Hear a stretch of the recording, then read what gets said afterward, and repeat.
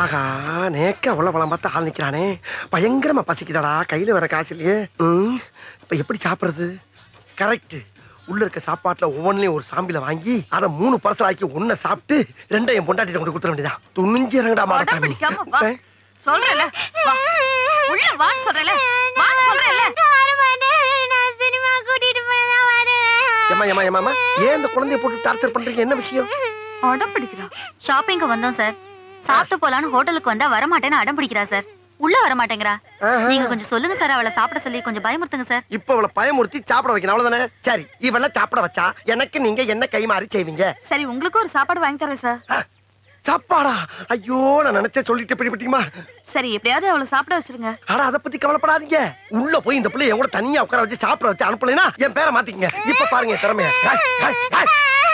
ஏன் அழுகுற? யார் தெரியுமில? குரங்கு குதறி இப்படி குதறி. குரங்குதான் பேசாதல்ல.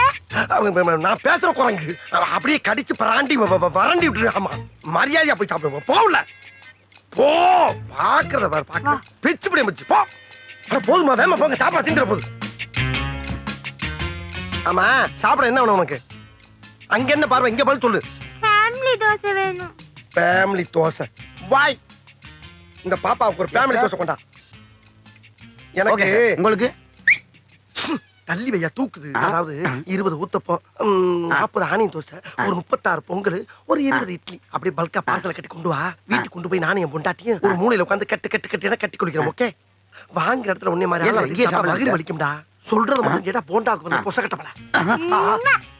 அட